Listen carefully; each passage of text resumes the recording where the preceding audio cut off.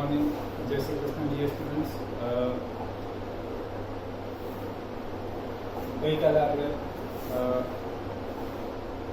Start કરેલું હતું first chapter. એની અંદર આપણે એવો પ્રયત્ન કરેલો, એવી ટ્રાય કરેલી કે શું કામ આપણે આ સબ્જેક્ટ ભણીએ છીએ, એની ઇમ્પોર્ટન્સ શું છે એ બધું જાણવાનો આપણે પ્રયત્ન કરેલો. અને એના માટે I have ask some question. તમને થોડા પ્રશ્નો કરેલા હતા. First, how many pen use by you in 10th standard? કેટલી પેન તમે યુઝ કરી છે 10th સ્ટાન્ડર્ડની અંદર? કેટલો એક્સપેન્સ તમે કર્યો છે? કેટલી તમારી પ્રેઝન્ટ છે?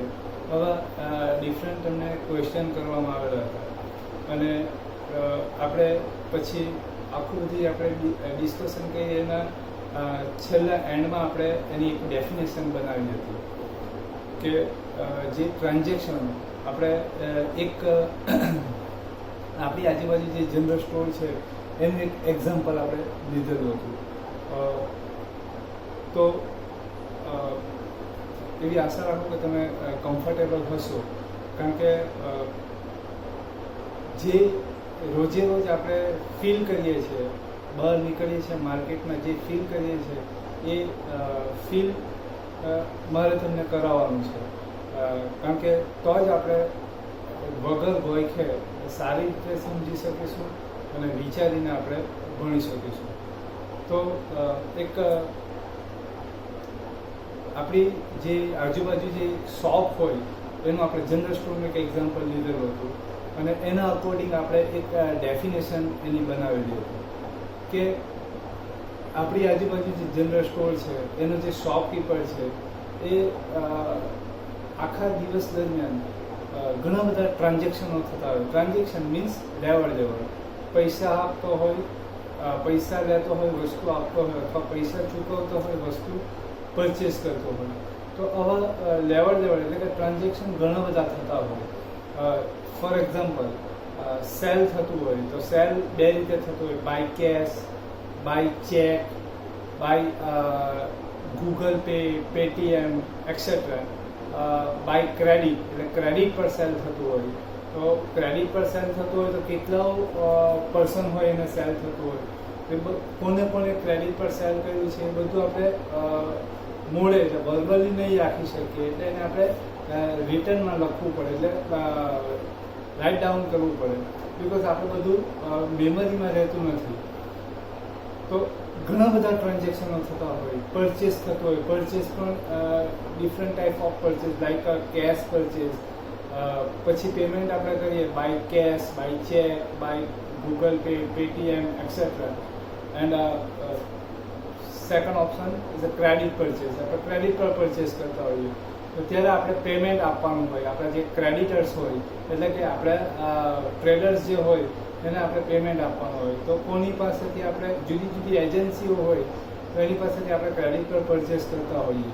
તો કોની કઈ એજન્સીને કેટલું પેમેન્ટ આપણે આપવાનું છે, આપણા પેએબલ્સ અમાઉન્ટ કેટલી છે, આપણા ક્રેડિટર્સ કેટલા છે, એ બધું આપણે મોઢે નહીં યાદ રાખી શકીએ, એટલે આપણે એને લખવું પડે. તો આ જે રાઇટ ડાઉન કરવાની જે આર્ટ છે અને સાયન્સ છે, ઇટ ઇઝ કોલ્ડ અકાઉન્ટ્સ. એટલે જે મોઢે આપણે યાદ નહીં રાખી શકીએ, એકદમ સિમ્પલ વાત છે, જે મોઢે યાદ નહીં રાખી શકીએ એને આપણે લેખિતમાં રાઇટિંગમાં આપણે લખવું પડે. તો એ જે રાઇટ ડાઉન કરીએ એની art and science, it is called accounts. એટલે એને આપણે અકાઉન્ટ્સ કહીએ. તો આપણે એ પ્રયત્ન કરેલો હતો કે જે આપણા લિમિટેશન છે, આપણા જે લિમિટેશન છે એની અંદરથી અકાઉન્ટ્સનો બોર્ન થાય છે. એટલે એનું બોર્ન થવાનું રીઝન શું છે? અવર લિમિટેશન. લિમિટેશન બધાના અલગ અલગ હોય. લિમિટેશન બધાના અલગ અલગ હોય. સપોઝ કોઈ શોપકીપર હોય એને બધા ટ્રાન્ઝેક્શનો યાદ રહેતા હોય પણ અમાઉન્ટ્સ એને એ યાદ નહીં રાખી શકતો હોય. કોઈ એવા હોય કે જે અમાઉન્ટ એને રિમેમ્બર હોય પણ ટ્રાન્ઝેક્શન કોની સાથે કરેલા છે એ યાદ ન રહેતું હોય. એટલે આવા બધા જે લિમિટેશનો છે એની અંદરથી અકાઉન્ટ્સનો બોર્ન થાય છે. એટલે આપણે લિમિટેશનના અકોર્ડિંગ આપણે ડેફિનેશન બનાવેલી છે. એટલી ભારી ભરખમ જે બુકની અંદર આપેલી છે એ ડેફિનેશનનું કંઈ જરૂરિયાત નથી. એકદમ સિમ્પલ ડેફિનેશન છે કે જે આપણે યાદ નહીં રાખી શકીએ. આપણો લિમિટેશન છે, આપણે યાદ નહીં રાખી શકીએ એટલે આપણે લખવું પડતું હોય. તો આ જે લખીએ it is called accounts. Telephone number આપણને યાદ નહીં રહેતો હોય, મોબાઈલમાં આપણે સેવ કરીએ તો અહીંયા પણ આપણે જે ડેફિનેશન આપી એની સાથે એક્ઝામ્પલ મેચ થાય છે કે આપણને યાદ નથી રહેતું એટલે આપણે એને સેવ કરીએ છીએ.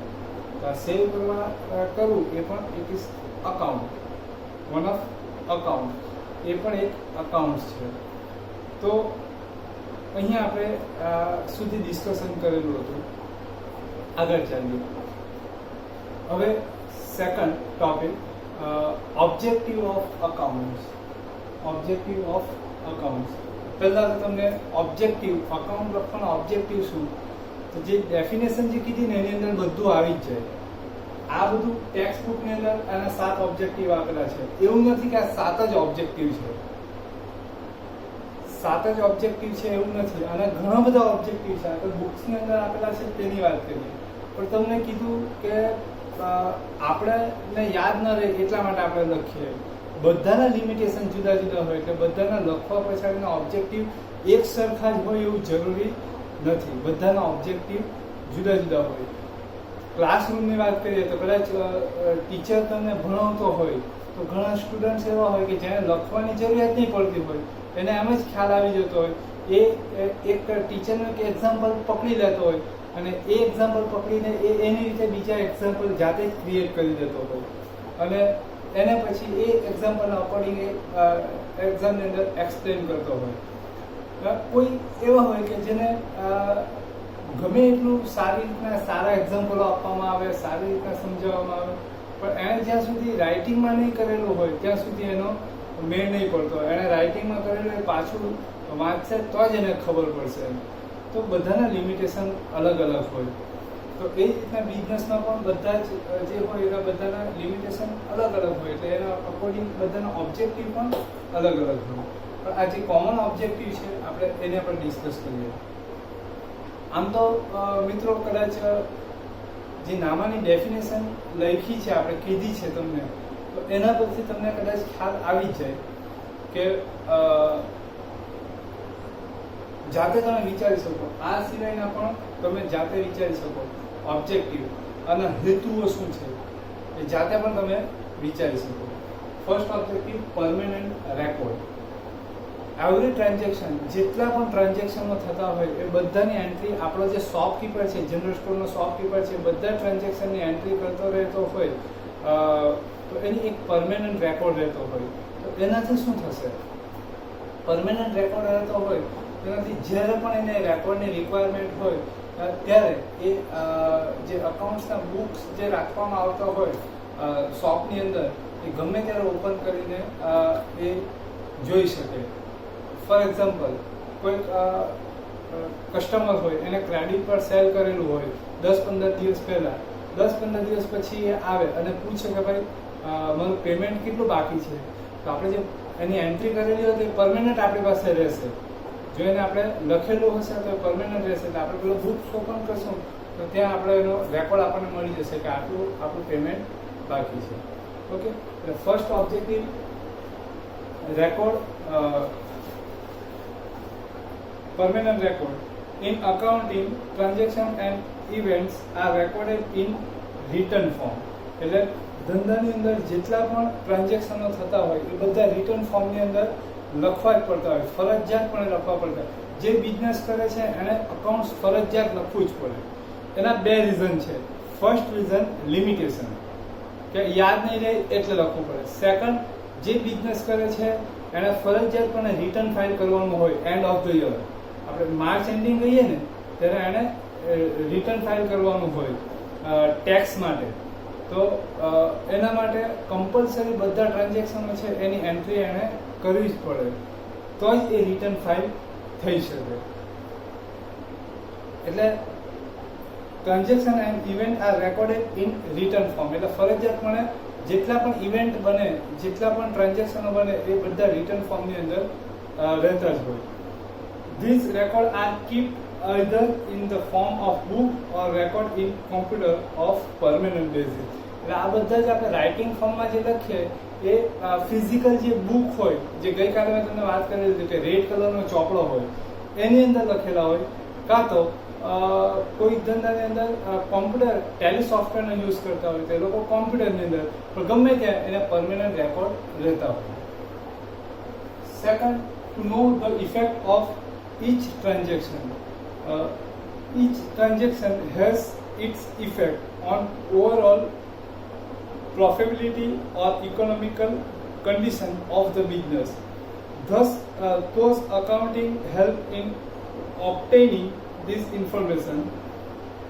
એટલે ઇફેક્ટ ઓફ ઈચ ટ્રાન્ઝેક્શન એટલે બધા જે ટ્રાન્ઝેક્શન થાય એ ટ્રાન્ઝેક્શનની ઇફેક્ટ પ્રોફિટેબિલિટી એટલે આપણે ધંધાનો નફો કેટલો થાય છે તે અને ઇકોનોમિકલ સ્ટેટસ એ આપણે આ લાસ્ટ બે ઓબ્જેક્ટિવમાં આપણે એના પર ડિસ્કસ કરીએ. What is economical status and profitability એ આપણે લાસ્ટમાં ડિસ્કશન કરીએ. પણ જેટલા ટ્રાન્ઝેક્શનો થતા હોય એની પ્રોફિટેબિલિટી પર શું ઇફેક્ટ થાય છે, ઇકોનોમિકલ સ્ટેટસ પર શું ઇફેક્ટ થાય છે એ આપણને રિટર્ન ફોર્મમાં હોય તો ખ્યાલ આવી જાય. ફોર એક્ઝામ્પલ, આજે આપણે શોપ ઓપન કરીએ, શોપ ઓપન કરતાની સાથમાં આપણે સેલ્સ કરીએ, તો સેલ્સ કરીએ એટલે ઓબ્વિયસલી આપણી ઇન્કમ થશે, ઇન્કમ થશે એટલે ઓબ્વિયસલી આપણો પ્રોફિટ ઇન્ક્રીઝ થશે.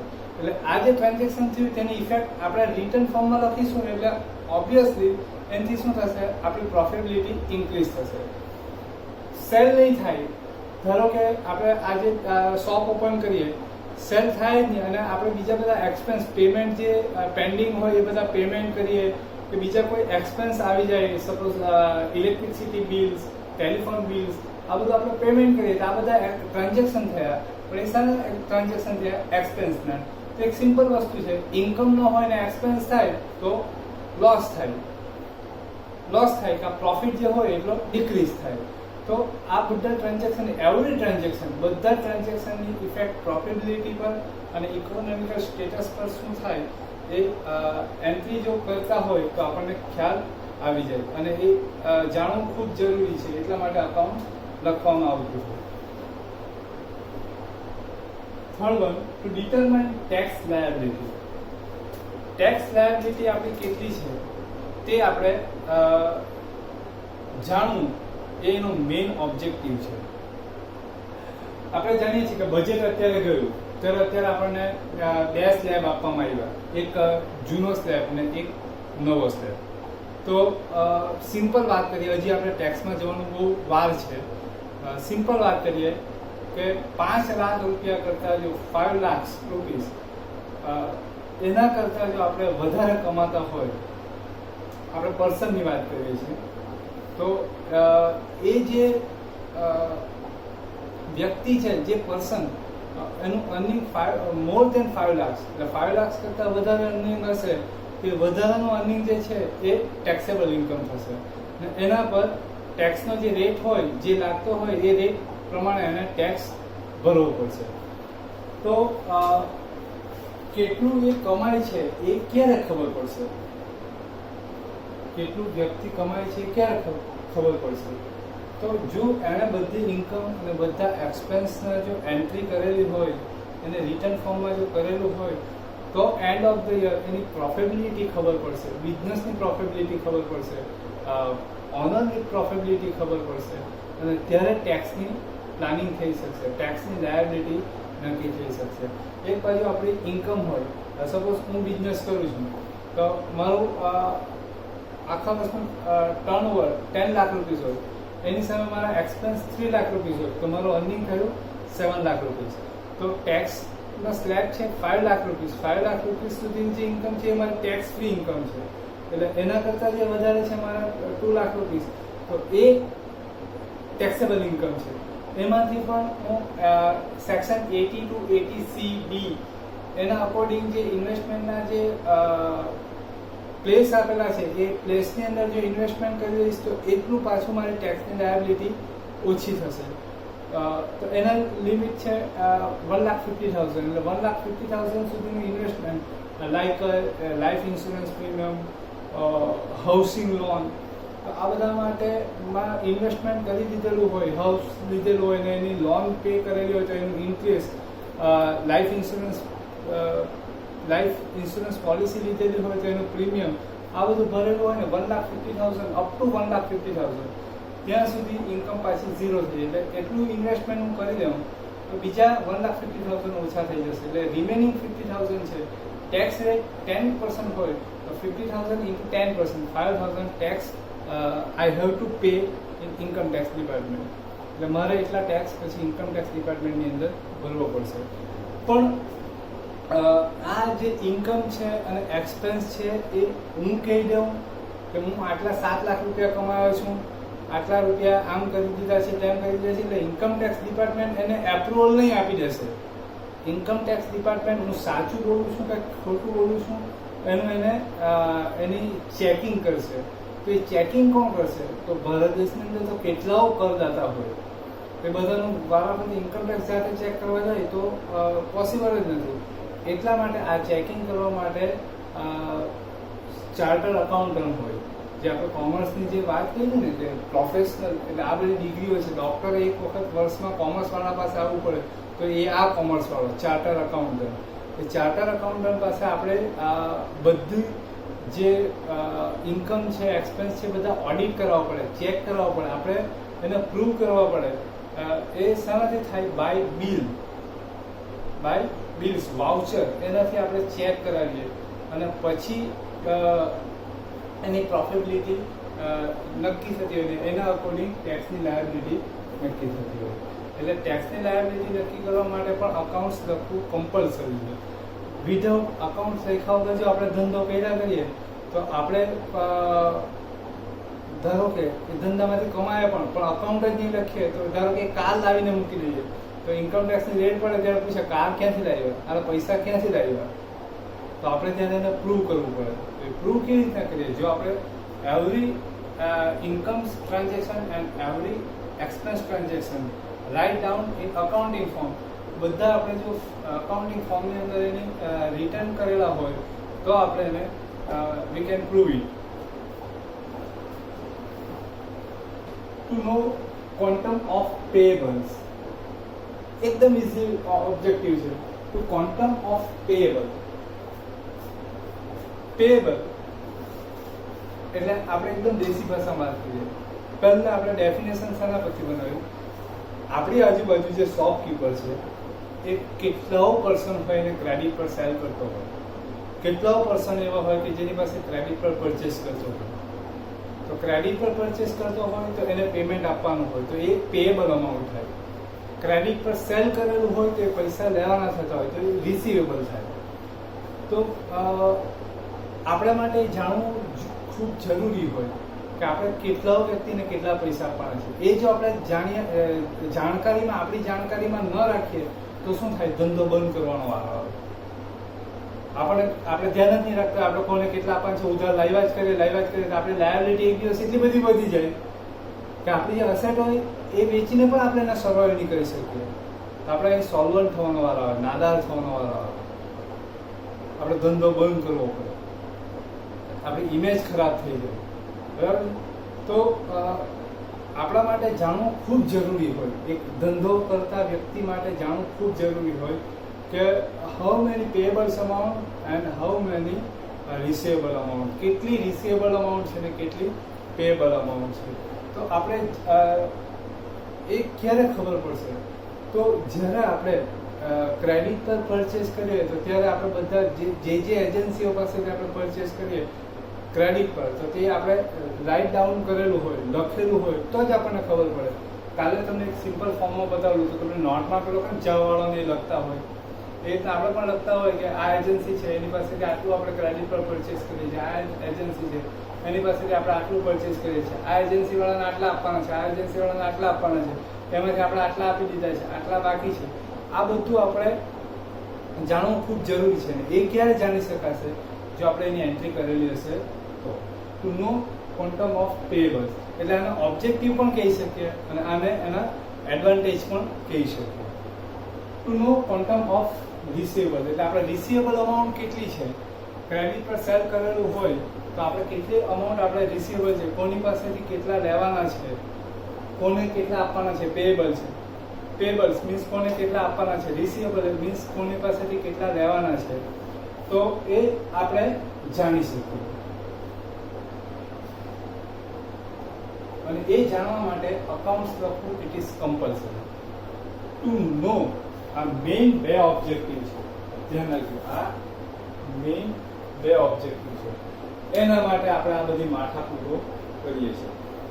Two know to measure profitability of business or to know profitability of business, ધંધાનો નફો કે નુકસાન કેટલું છે તે જાણવા માટે હિસાબો લખવા જરૂરી છે. અને નફો કે નુકસાન જાણવું એ ધંધા માટે ખૂબ અગત્યનું પણ છે. તો to know profitability of business, profitability એટલે નફો. નફો મીન્સ સિમ્પલ આપણે વાત કરીએ એકદમ દેશી ભાષામાં, નફો એટલે શું? Profit. What is profit? Profit એટલે શું? સિમ્પલ વાત કરીએ, આપણે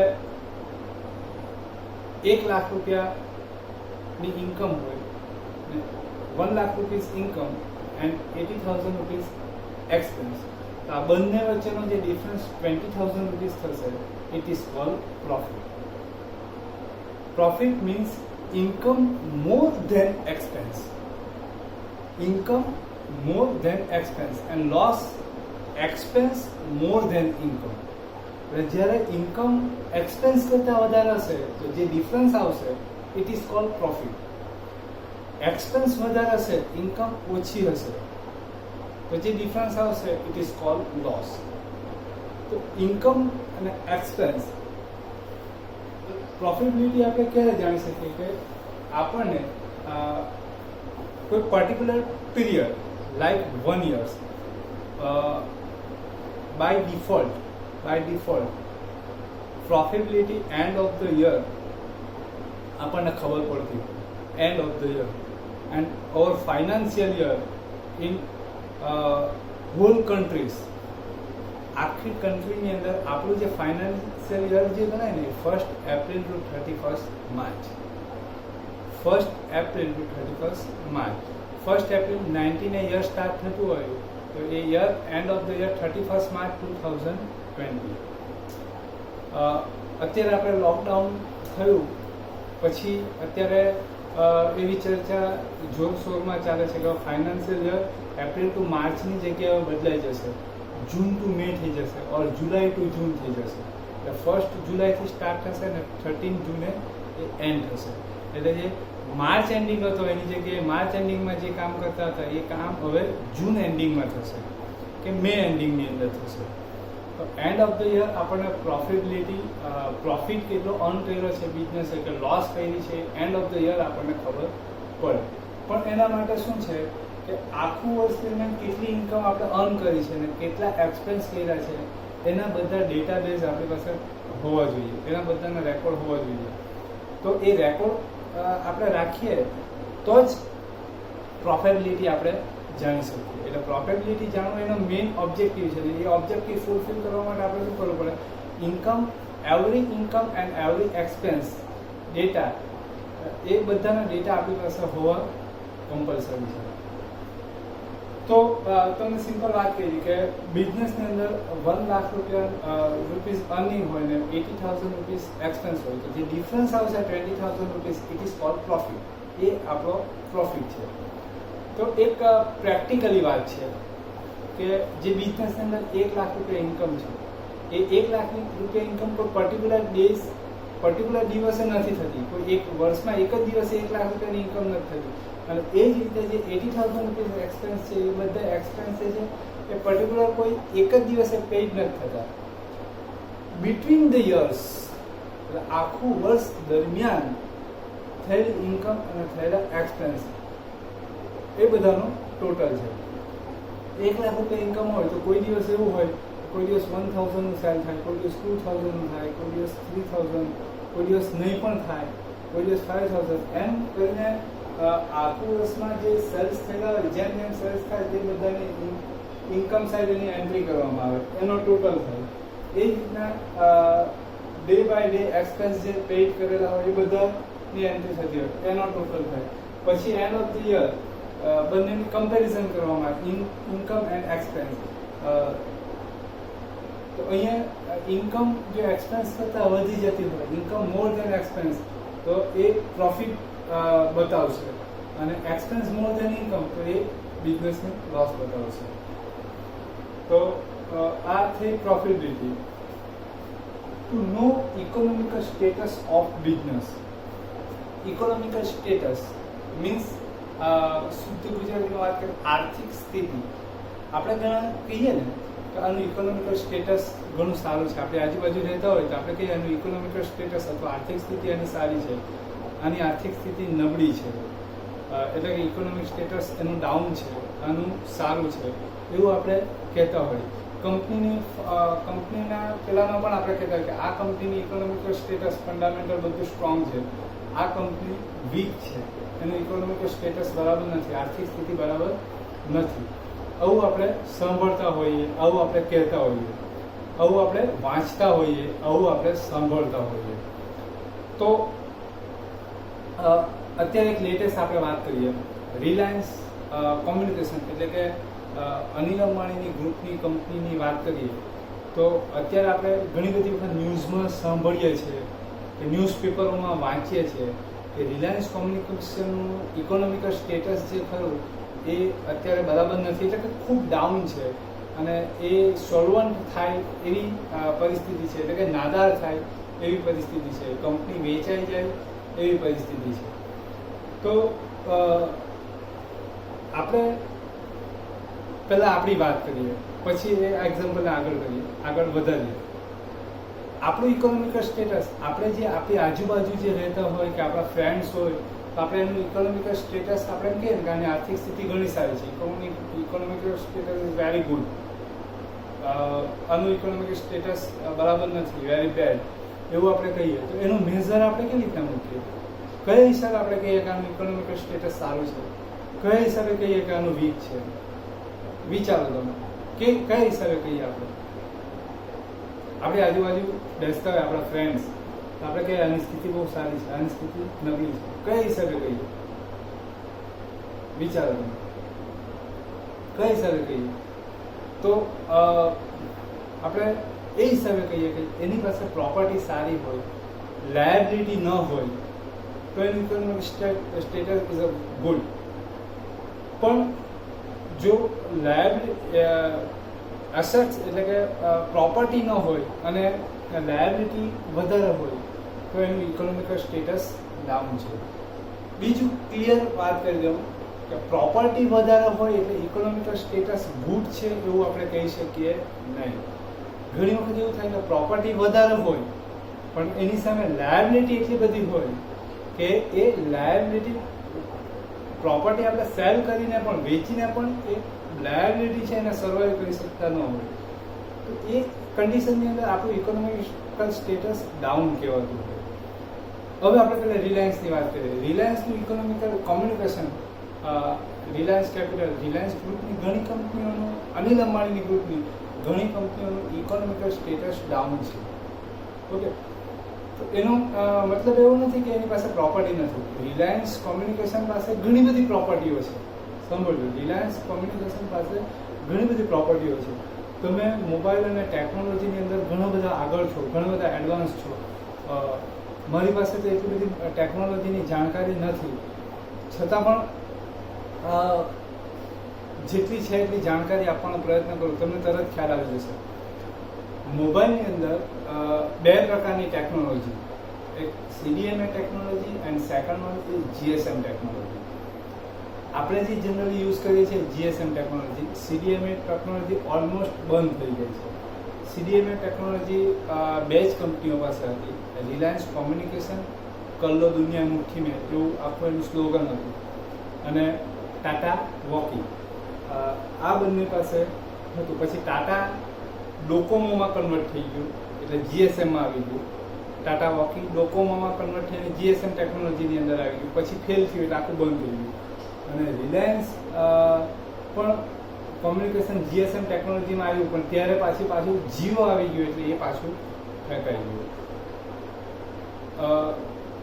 CDMA ટેકનોલોજી અને GSM technology compare to GSM technology, એની કમ્પેરિઝનની અંદર બિફોર 10 or 15 years, 10 કે 15 વર્ષ પહેલાં જ્યારે આપણે ઇન્ટરનેટ 4G કે 3G કે આપણે ખબર ન હતી, ત્યારે જે રિલાયન્સ કોમ્યુનિકેશન ઇન્ટરનેટ હતું એ compare to other company much better service than others company. બીજી બધી કંપનીઓ કરતાં ઘણી સારી સર્વિસ રિલાયન્સની હતી. આર વર્લ્ડ એવું આપણે નામ સાંભળેલું. આર વર્લ્ડની અંદર આ બધી વસ્તુઓ ઇન્ટરનેટને બધું ચાલતું હતું અને કમ્પેર ટુ અધર કંપની સારામાં સારી સ્પીડ મળતી હતી. પણ એના લિમિટેશન શું હતા? ઇન્સ્ટ્રુમેન્ટ, મોબાઈલ ઇન્સ્ટ્રુમેન્ટ એના લિમિટેશન હતા. આજે આપણે GSMની અંદર મોટામાં મોટો પ્લસ પોઈન્ટ કયો છે? તો આપણે કોઈ પણ ઇન્સ્ટ્રુમેન્ટ લઈએ, કોઈ પણ કંપનીનો હેન્ડસેટ લઈએ, આપણે કાર્ડ નાખી દઈએ એટલે ચાલુ થઈ જાય, કોઈ પ્રોબ્લેમ નહીં આવે. તો CDMA ટેકનોલોજીની અંદર CDMA કાર્ડ આપણી પાસે હોય તો આપણે CDMA ટેકનોલોજી સપોર્ટ કરે એવો જ ફોન જોઈએ, એવો જ હેન્ડસેટ જોઈએ તો જ ચાલતું. અને આવી બધી મોબાઈલ કંપનીઓ CDMA ટેકનોલોજી સપોર્ટ કરે એવા હેન્ડસેટ બહુ લિમિટમાં બનાવતી હતી, એટલે એ ટેકનોલોજી ફેલ ગઈ. બાકી તમે નેટવર્ક ફ્રિકવન્સીથી માંડીને બધું જો ઇન્ફ્રાસ્ટ્રક્ચર, રિલાયન્સ કોમ્યુનિકેશનના ઇન્ફ્રાસ્ટ્રક્ચરને કોઈ બીટ નહીં કરી શકે, કોઈ કંપની બીટ નહીં કરી શકે. ઇવન તો રિલાયન્સ જીઓ પણ નહીં બીટ કરી શકે. તો એ લોકોએ ઇન્ફ્રાસ્ટ્રક્ચર એટલું બધું સારું બનાવેલું હતું. પછી બ્રોડબેન્ડ, રિલાયન્સ કેબલ ટીવી, અત્યારે બિગ ટીવી ને બધું આપણે સમજે, રિલાયન્સ બિગ ટીવી, જીઓ તો અત્યારે આવવાનું છે પણ એ પહેલાંની વાત છે. જ્યારે ટાટા સ્કાય હતું એ અત્યારે રિલાયન્સ બિગ ટીવી, પછી રિલાયન્સ કેબલ ટીવી, બ્રોડબેન્ડ, આ બધું એક જ કેબલની અંદરથી ચાલે એવી આખી એ લોકોએ ટેકનોલોજી બનાવેલી હતી અને એનું આખું ઇન્ફ્રાસ્ટ્રક્ચર પણ બનાવી દીધેલું હતું. એના ઓપ્ટિકલ્સ ફાઇબર જે ખરા એ પણ બધી જગ્યાએ મોટા મોટા મેટ્રો સિટીની અંદર લાગી ગયેલા હતા. ઇવન તો ગામડામાં પણ આવવા માંડેલા હતા. પણ પરિસ્થિતિ એ થઈ કે આખું ઇન્ફ્રાસ્ટ્રક્ચર ડેવલપ કરવા માટે એ લોકો જે પૈસા લોન જે લીધેલી હતી, બેંકો પાસેથી લીધેલી હતી, ફાઇનાન્સ કંપનીઓ પાસેથી લીધેલી હતી, એ લોન ભરવાની હતી. એ લોકોની લાયબિલિટી હતી, પેએબલ અમાઉન્ટ હતી. પણ જ્યારે એ લોકોએ આ આખું ઇન્ફ્રાસ્ટ્રક્ચર બનાવી દીધું પછી જે કસ્ટમર જે મેળવવાના એ મેળવી નહીં શક્યા એ લોકો, અને એ ઇમ્પ્લિમેન્ટ બરાબર નહીં કરી શક્યા, એટલે ઇન્કમ નહીં થઈ. એ લોકો ઇન્કમ અર્ન નહીં કરી શક્યા.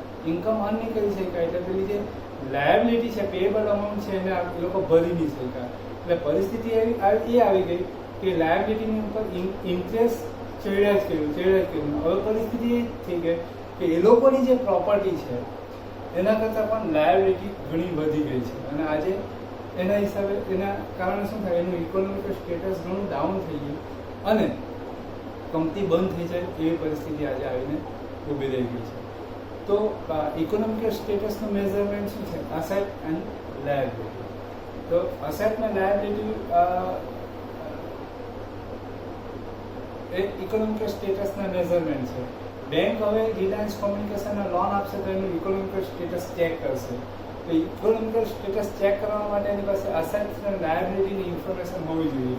એ ક્યારે મળશે? જો આપણે અકાઉન્ટ લખેલું હશે તો જ આપણે અસેટ્સ અને લાયબિલિટીના ડેટા પ્રોવાઈડ કરી શકીશું. તો જ બેંક આગળ બીજી લોન આપવી કે નહીં આપવી એનું ડિસિઝન લઈ શકશે.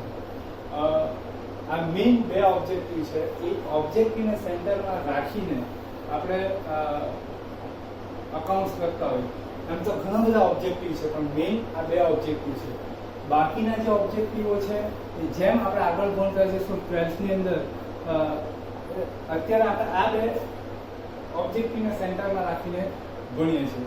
હવે તમને આપણે આપણી ડેસ્ટિની શું છે, આપણે ક્યાં જવાનું છે એનો આખો એક ચાર્ટથી તમને બતાવું એટલે તમને ખ્યાલ આવે કે આપણે જે અત્યારે ડિસ્કશન કરીએ છીએ ક્યાં છે, આપણે ક્યાં જવાના છે. તો તમને ખ્યાલ આવતો જાય કે આ કેવું કે આપણે પેલું ટ્રેનમાં જતા હોય, આપણે દિલ્હી જવાનું હોય, આપણને ખબર હોય કે આના પછી આ સ્ટેશન આવે, આના પછી આ આવે, આના પછી આ, તો આપણે ગણતરી કરી શકીએ કે આ સ્ટેશન આવ્યું, હવે આના પછી આવશે એટલે આટલો ટાઈમ જશે, આના પછી આવશે એટલે આટલો. આપણે ખબર જ નહીં હોય, કોઈ સ્ટેશનનું કંઈ ખબર જ નહીં હોય, તો જ્યારે દિલ્હી ઉતારે ત્યારે આપણે ઉતરવાનું હોય, ક્યારે પહોંચશું કંઈ આપણને ખબર ન હોય. એટલે આપણી ડેસ્ટિની શું છે એનો આખો એક તમને ડાયાગ્રામ બતાવી દઉં. આ ઓબ્જેક્ટિવ જે 2 છે એ ફૂલફિલ કરવા માટે આપણે એના સ્ટેપ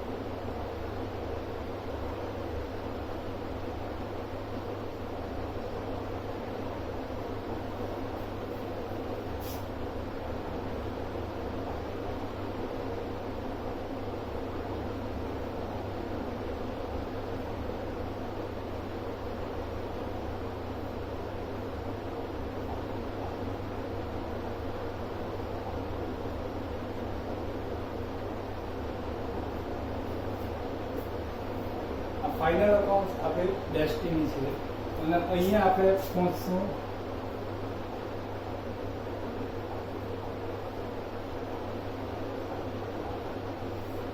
આફ્ટર 6 મંથ. 6 મહિના પછી આપણે આ ડેસ્ટિની પર પહોંચશું. આ આપણું બેઝિક અકાઉન્ટ છે. આમાં એક પણ સ્ટેપ આપણે સ્કીપ કરી શકીએ નહીં. એક પણ સ્ટેપ સ્કીપ કરી શકીએ નહીં. General is a primary book. એટલે આપણે જે ટ્રાન્ઝેક્શનની વાત કરીએ ને કે બધા ટ્રાન્ઝેક્શનોની એન્ટ્રી કરવામાં આવતી હોય તો જે વેરી ફર્સ્ટ એન્ટ્રી જે થાય જે બુકની અંદર એને આપણે જર્નલ બુક કહીએ અથવા સબસિડરી બુક. અને એમાંથી એક બુકની અંદર ફર્સ્ટ એન્ટ્રી થતી હોય. પછી લેજર બને એના પરથી લેજર બુક બને, પોસ્ટિંગ થાય. પછી આપણે 31 માર્ચ એમ કહીએ ને ક્લોઝિંગ ચાલે તો ક્લોઝિંગ થાય એટલે તેમાં ટોટલ થાય ને બેલેન્સ નીકળે. પછી ટ્રાયલ બેલેન્સ બને પછી ફાઇનલ અકાઉન્ટ. એક પણ સ્ટેપ સ્કીપ નહીં થાય. આપણે શું કરીએ છીએ, આપણે ટ્રાન્ઝેક્શનની એન્ટ્રી જે જર્નલ બુકમાં કરવાની છે એ જર્નલ બુક માં એન્ટ્રી કરવા માટે આપણી પાસે આટલું નોલેજ કમ્પલસરી છે. કયું તો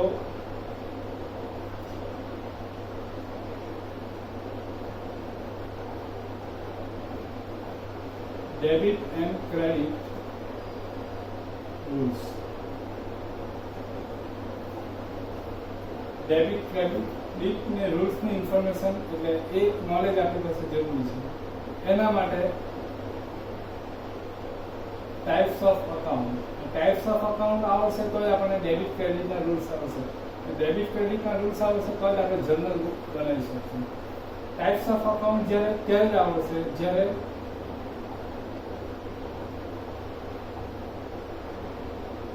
ડબલ એન્ટ્રી ઓફ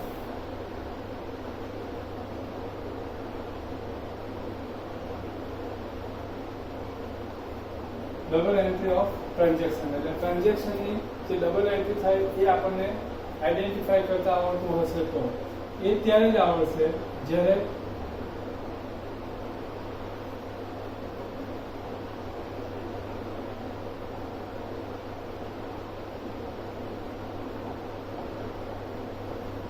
ટ્રાન્ઝેક્શન આપણને આઈડેન્ટિફાઈ કરતા આવડતું હશે તો જ.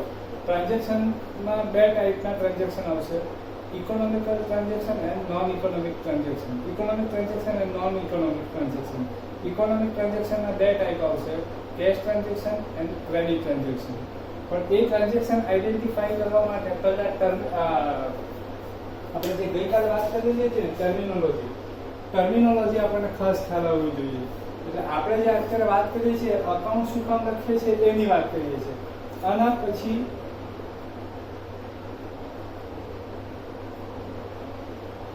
ટર્મિનોલોજી. આ ટર્મિનોલોજી સમજવા માટે આપણે અકાઉન્ટ શું છે એનો ઓબ્જેક્ટિવ શું છે એ છે. એટલે આપણે અહીંયા છે, બરાબર છે. અહીંયાથી આપણે આટલા સ્ટેપ કરીશું ત્યારે આપણે ફર્સ્ટ એન્ટ્રી આમાં કરી શકીશું. પછી આ થઈ શકે. જો આ આવડી ગયું તો આ બધા સ્ટેપ એકદમ ઈઝી છે, એ બધી ચેન્જ છે. આ થઈ જશે એટલે આ બધું ઓટોમેટિક આખી પ્રોસેસ જ આવશે એટલે એ બધું ઈઝી થઈ જશે. મેઇન વસ્તુ છે જર્નલ બુક. જેને જર્નલ બુક આવડે ને તે અકાઉન્ટ ગમે તે સમયે ધારે તે રીતે શીખી શકે અકાઉન્ટ. પોતાની રીતે પણ શીખી શકે, કોઈની હેલ્પની જરૂરિયાત નહીં પડે. પણ જર્નલ બુક આવડવી કમ્પલસરી છે. એમાં 1% પણ એમ તેમ નહીં ચાલે. તમને 99% આવડતું હોય, 1% નહીં આવડે તો 1% પણ ચલાવી નહીં લેવાય. 100% જ આવડવું જોઈએ. અને વિશ્વાસ રાખો તો અત્યારે જેટલું તમે ધ્યાનથી સાંભળશો, જો ખાસ કહી રાખો, તમે વિડીયો તમે સ્ટાર્ટ કરશો, તમે 2-5 મિનિટ તમે સાંભળ્યા પછી તમે કંટાળો આવશે, આ તો કંઈ ચાલતું જ નથી, તમે વિડીયો બંધ કરી દેશો, પછી બીજે દિવસે વિડીયો જોશો તો તમને નહીં સમજ પડશે. 6 મહિને આપણે અહીંયા પહોંચીશું, બરાબર. આ ફાઇનલ અકાઉન્ટ ત્યારે બનશે. ફાઇનલ અકાઉન્ટ બનાવવા માટે આપણે 3 અકાઉન્ટ બનાવીશું: trading account, profit loss account and balance sheet. આ બનશે. હવે સાંભળજો, એ ફાઇનલ અકાઉન્ટ બનાવવા માટે આ ટેક્સ્ટ બુકની અંદર આવા જે પેજ ખરા, આટલા પેજ, એવા 3 થી 4 પેજો તમારે વર્ડ ટુ વર્ડ મોડે કરવા પડે. 4 થી 5 પેજનો ચાર્ટ છે એ મોડે કરવું પડે, ત્યારે તમે ફાઇનલ અકાઉન્ટ બનાવી શકો. મારા હિસાબે આ 7 થી 8 પેજ જે છે એ મોડે કરવા મારા હિસાબે પોસિબલ નથી. તમે ગમે એટલું વાંચશો ને તો પણ એ નહીં મેળ પડે, શબ્દ નહીં મેળ પડે. અને કદાચ મોડે કર્યા પછી પણ તમારે જ્યારે એને ગણવાનું આવશે ને, ઇમ્પ્લિમેન્ટ કરવાનું આવશે ને, ત્યારે 101% ભૂલ થશે.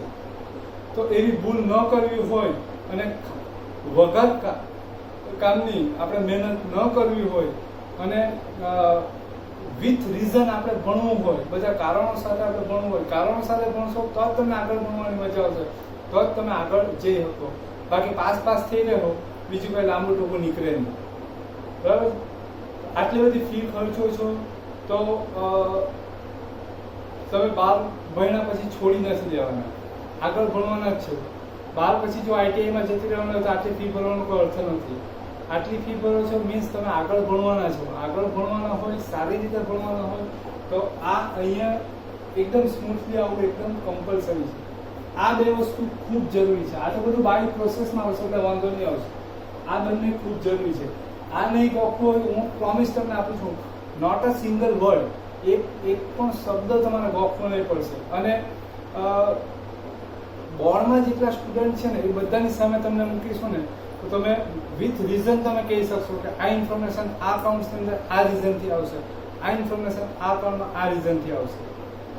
આ રીઝન સાથે કહી શકશો. 90% સ્ટુડન્ટ નહીં કહી શકશે. આખા બોર્ડની વાત કરું છું, 12થમાં આખા બોર્ડની વાત કરું છું, બરાબર છે. આ કોઈ જાતની સ્કૂલની જાહેરાત કે અમારી કોઈ જાહેરાત નથી.